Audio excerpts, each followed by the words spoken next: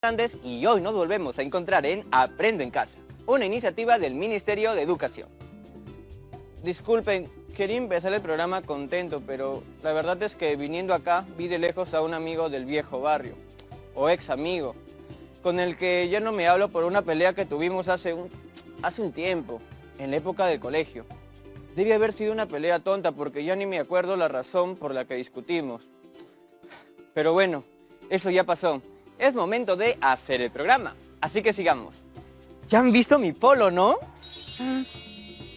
Como sabemos, estas fechas son muy importantes para cada peruana y peruano. Son fiestas patrias y tenemos la oportunidad de ser mejores ciudadanas y ciudadanos y así aportar a nuestro amado Perú.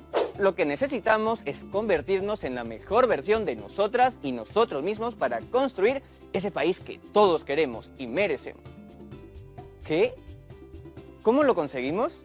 Pues no pasándonos la luz roja, pagando nuestros impuestos, respetando a los demás en las calles. Las peruanas y peruanos podemos lograr cosas importantes. Si no, por poner un ejemplo, miren los éxitos deportivos que hemos tenido en los últimos años. En el 2018 fuimos al Mundial de Rusia, después de más de 3 décadas de ausencia. ¿Y qué me dicen de los Juegos Panamericanos y Parapanamericanos? Fue toda una proeza organizarlos. Y las delegaciones peruanas nos mostraron todo el esfuerzo que hacen para salir adelante y estuvieron a la altura, ¿no? Un orgullo realmente.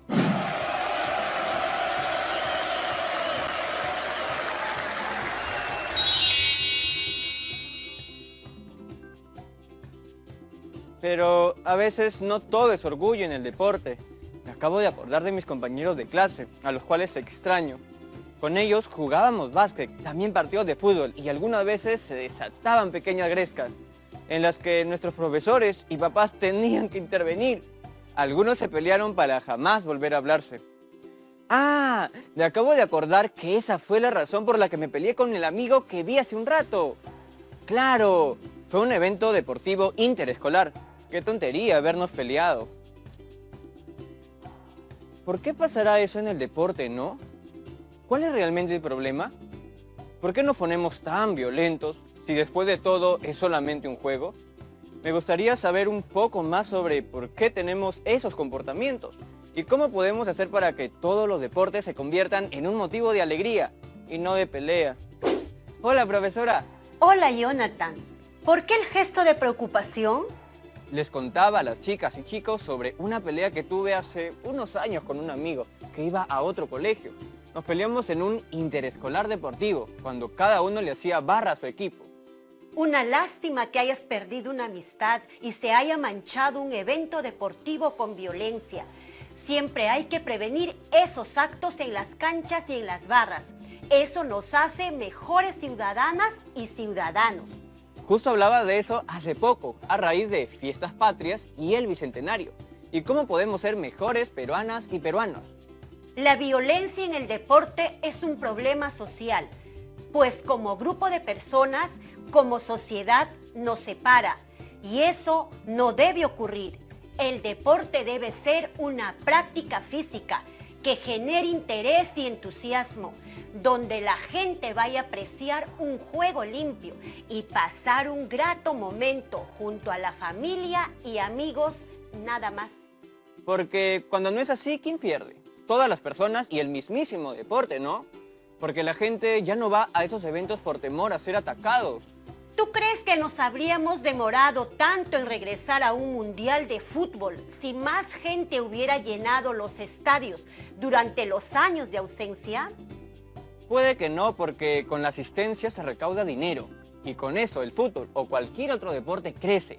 La violencia en el deporte nos ha perjudicado mucho, profesora. Hay que desaparecerla. Pienso igual. Pero, ¿por qué existe? Te propongo algo. Desde nuestra área de comunicación, abordaremos el tema leyendo algunos textos que nos permitan comprender mejor por qué se dan actos violentos en el fútbol.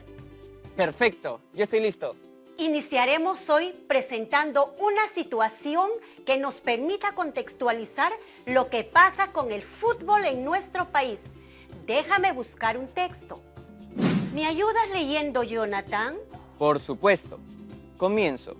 Cada vez que el equipo de fútbol preferido de Martín juega de local, él no puede ni asomarse fuera de casa, porque corre el riesgo de ser víctima de la violencia que podría desatarse por el enfrentamiento entre las barras. Este tipo de violencia, sin embargo, no se da solo cuando dos equipos rivales se enfrentan.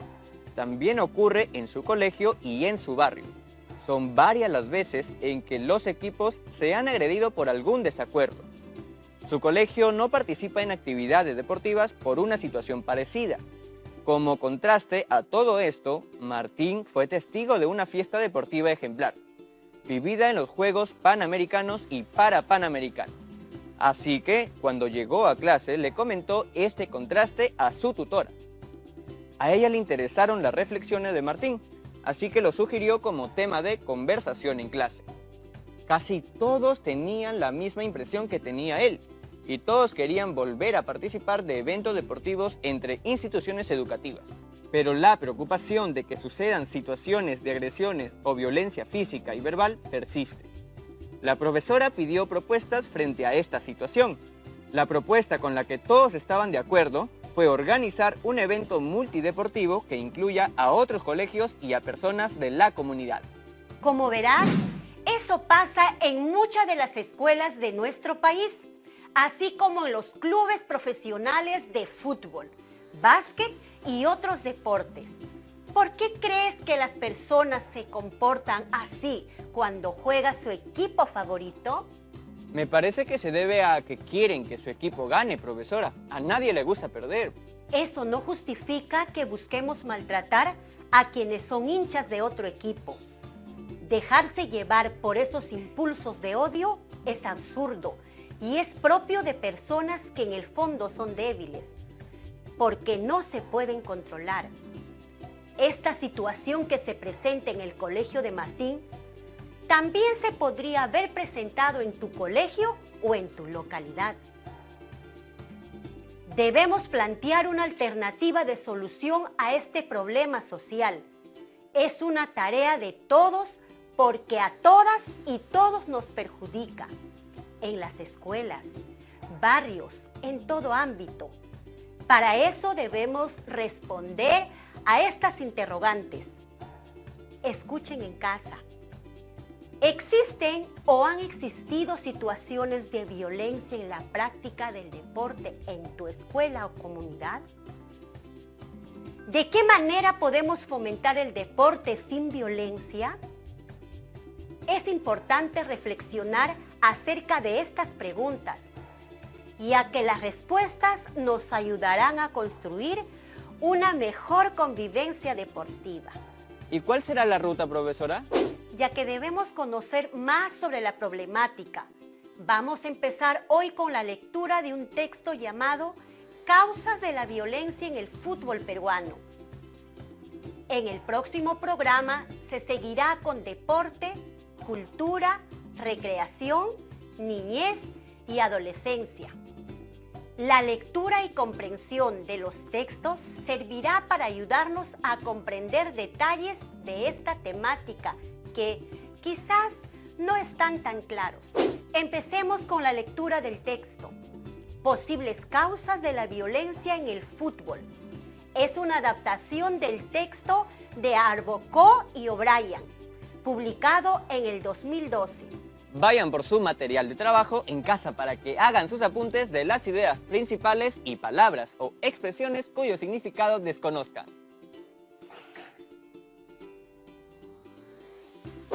Antes de empezar a leer, vamos a anticipar el tema de la lectura a partir del título. Es algo así como predecir el tema del texto analizando el título, ¿no? Eso mismo, y nuestro título dice, posibles causas de la violencia en el fútbol peruano.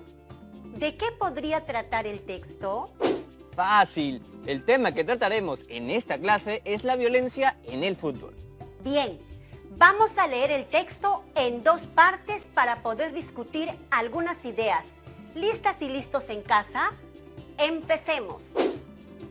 Es difícil separar muchas veces la paja del trigo, pero llegado a este punto, debemos especificar que en las tribunas populares Existen también los hinchas y líderes de barras organizadas que simplemente buscan crear un clima de celebración por el espectáculo deportivo y trabajan de manera organizada con las dirigencias deportivas y la policía con el fin de evitar actos delincuenciales como robos o agresiones.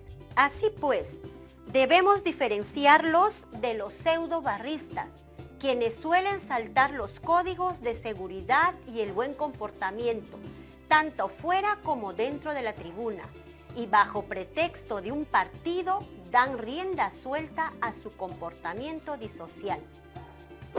Me ha dejado un poco pensativo la lectura y a la vez triste. O sea, es una realidad eso de que hay dos tipos de hinchas, los que van a alentar a su equipo y los que solo van a causar desorden y caos, a quienes llama el autor pseudo-barristas.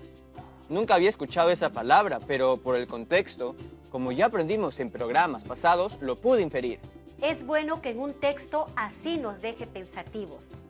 Pensar sobre los problemas que ocurren en la sociedad nos sirve para reflexionar sobre nuestro comportamiento y sobre lo que debemos mejorar como personas. Recuerden, nuestras reflexiones son insumos para elaborar planes de mejora. Así que atentas y atentos con sus apuntes. ¿Te parece si identificamos la idea principal de esta primera parte? Sí, creo que la tengo. Antes que nada, he utilizado dos de mis colores favoritos en mis apuntes. El rojo para resaltar las palabras que no conozco y el verde para indicar la idea principal. ¡Qué buena organización! Antes de que empieces con tu explicación, quiero recordarles en casa que la idea principal es aquella que resume el tema de un párrafo. Gracias por la acotación, profesora.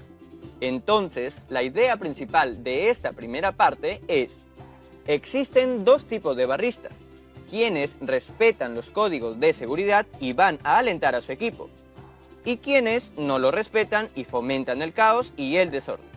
A estos últimos se les llama pseudo-barristas. Muy bien. Fíjense en casa que la idea principal no ha sido extraída literalmente o igualita del texto, sino que ha sido construida por las propias palabras de Jonathan. ¿Y eso está mal? Para nada. Es una forma válida de expresar la idea principal.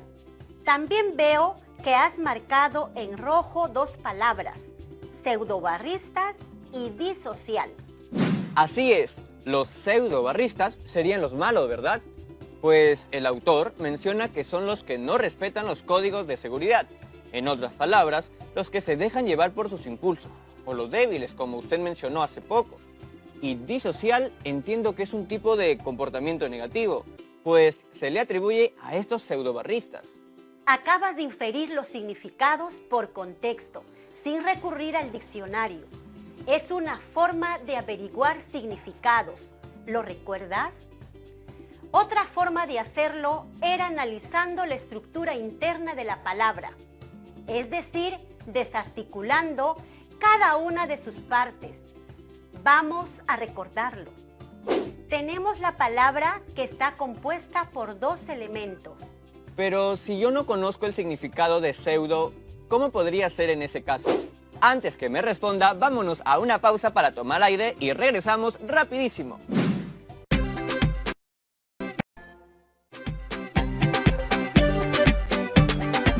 Bienvenidas a todas y todos de regreso. Antes de la pausa, pregunté qué podría hacer si no conozco el significado de la palabra pseudo. Y yo te respondo.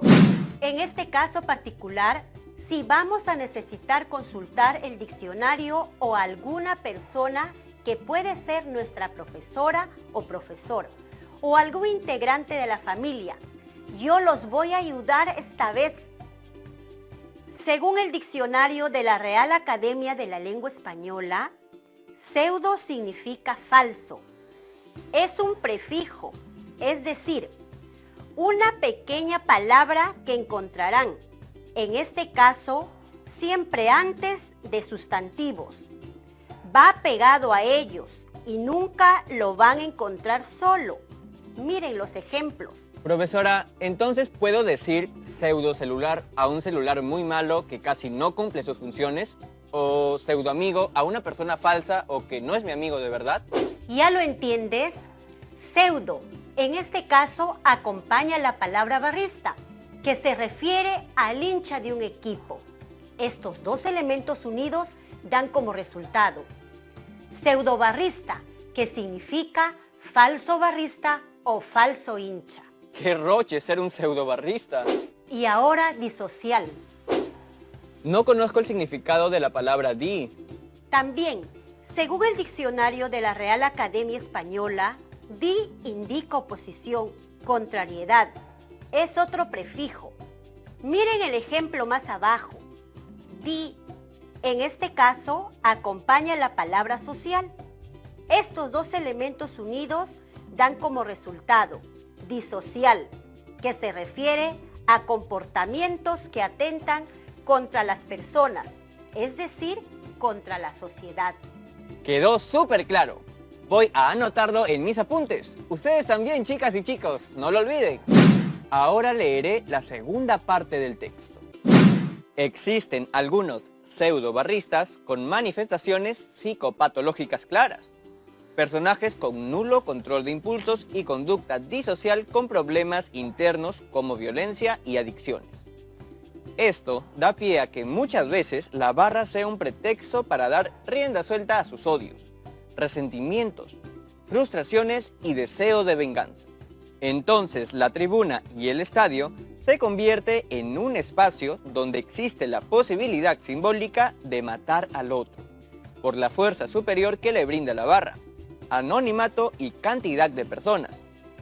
Para el psicoanálisis, al no tratarse de una muerte real, puede renovarse simbólicamente en cada enfrentamiento, y cada semana se repiten las mismas historias, aunque, como sabemos, el nivel de violencia va siempre en aumento. En esa lógica, ante una afrenta recibida, no podemos sino responder con la misma intensidad o con mayor nivel de violencia, la de nunca acabar. Muy duro, ¿no? Da mucha pena. ¿Por qué? Cuéntame. Muchos barristas tienen problemas familiares o atraviesan frustraciones, amarguras y depresión. Entonces, llegar al estadio significa para ellos desfogar todo eso. Debe ser muy feo. Estas personas deben buscar liberar todo ello con un especialista, ¿no cree? O confiarle sus problemas a una persona de confianza, un amigo, un familiar. El deporte también es muy útil para sacar lo que llevamos adentro. Todos tenemos problemas y no por eso le vamos a hacer un mal a alguien. Sigamos. La idea principal de esta segunda parte es: los pseudobarristas atravesarían problemas de violencia y las tribunas son espacios donde podrían desfogar toda su frustración. Y he marcado en rojo dos palabras de las que dudo: anonimato y afrenta. ¿Por qué se dice que la barra es el espacio ideal para que los pseudobarristas desfoguen toda su frustración? Porque en la tribuna hay muchísimas personas y es muy difícil que alguien descubra sus actos violentos. Se sienten como protegidos, como que nunca van a ser descubiertos, o en todo caso sería muy difícil. Podemos inferir o deducir. ¿Qué significa anonimato entonces? Significa cuando estás escondido, oculto, y nadie sabe quién eres. Tiene relación con la palabra anónimo, cuando se desconoce quién está detrás de una acción. Como esas obras literarias de origen anónimo. Veamos en el diccionario. ¡Acertamos! ¿Lo acertaron también todas y todos en casa?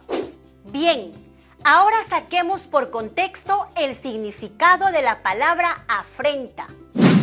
Creo que una afrenta es un ataque o algo parecido, porque en la oración anterior mencionan que la violencia va en aumento. Y cuando recibimos la afrenta, se responde con la misma intensidad o con mayor nivel de violencia. Estuviste muy cerca, Jonathan. Anótalo para que no lo olvides. Anotado y memorizado. Muy importante el tema de hoy, profesora. La competencia deportiva debe ser una fiesta en la que reine la confraternidad y el espíritu deportivo, donde nuestro principal competidor seamos nosotros mismos, tratando de mejorar cada día y ser mejores deportistas. Alegrarnos cuando ganamos y saber reconocer el triunfo del otro cuando perdemos. Entender que siempre habrá una nueva oportunidad para seguir demostrando nuestros progresos. ¡Grandes palabras, profesora! ¡Un aplauso! Muy bien, como recordatorio, hoy hemos leído un texto titulado Causas de la violencia del fútbol peruano. El objetivo de la lectura del texto es obtener información precisa y relevante con el fin de comprender la temática a profundidad. ¡Claro! Comprender esta temática tan compleja puede ayudarnos a descubrir salidas o soluciones que se adapten a nuestra realidad como sociedad, en cada barrio, en cada escuela. Correcto. Para sugerir dichas soluciones es necesario que nos informemos respecto al tema, sus posibles causas y consecuencias. A todas y todos en casa, ¿qué situaciones de violencia en el fútbol peruano recuerdan? ¿Qué otras acciones consideramos violentas? Conversen sobre eso en casa y tomen nota para verlo el próximo programa. Ahora, una pregunta para usted, profesora. Richard, de Guarmey, quiere saber, ¿qué pasa cuando busco una palabra en el diccionario y tiene muchos significados? ¿Qué debo hacer? Buena pregunta. La primera forma de tratar de conocer el significado de una palabra es por el contexto. En caso aún tengamos dudas sobre su significado, podemos acudir al diccionario cuando nos encontramos ante una palabra que tiene varios significados. Estos van a estar enumerados y a cada definición se le conocerá mejor como acepción. Debemos leer cuidadosamente toda la entrada, esto es, cada una de las acepciones registradas, y seleccionar aquella a la que la palabra hace referencia en el texto. No desaconsejo para nada el uso del diccionario, pero no se olviden de que la forma más eficaz de dar con el significado de una palabra es inferirla por el contexto o mediante el análisis morfológico. Romina, de Moyobamba, pregunta, ¿qué tan importante es resaltar las ideas cuando leemos? El resaltado o subrayado es una técnica de comprensión lectora que nos permite ubicar no solo las ideas principales, sino también las secundarias o datos importantes que nos permitirán construir el significado del texto. En la actividad de hoy, resaltar fue de vital importancia, pues así ubicamos fácilmente el trasfondo de esa violencia que domina a los pseudo-barristas. Y mejor aún si anotamos algunas ideas en los márgenes del texto. Recuerden que un texto resaltado o subrayado es un texto que ha calado a fondo en nuestras mentes. Francisca de Pachacútec, en Ventanilla, nos hace esta consulta. Los textos siempre nos presentan relaciones de causa y efecto entre las ideas, como el que hemos leído hoy. No siempre es así. Qué bueno que lo podamos precisar. Las relaciones lógicas que se pueden presentar entre las ideas son de diversa índole. Una de ellas es la causalidad, como el texto que hemos analizado hoy. Pero las ideas pueden tener diversa relación entre ellas. Por ejemplo, de contraste, de secuencia, de ejemplificación, entre otros. Ricky, de Huamachuco, tiene esta consulta.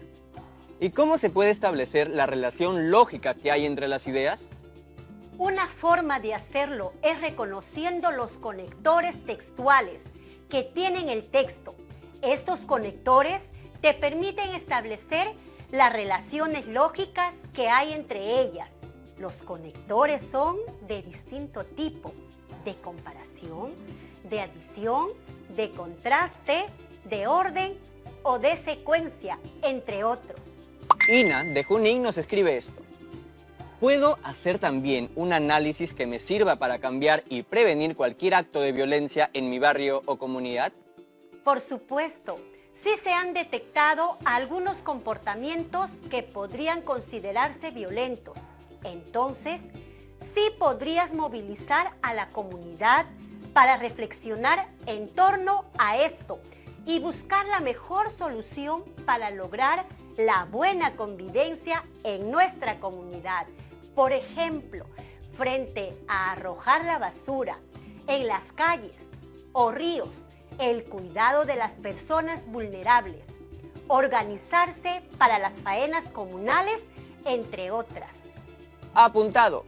Ahora vamos con Karim desde Guarmey, que nos pregunta: ¿cómo puedo complementar la información obtenida de mis lecturas?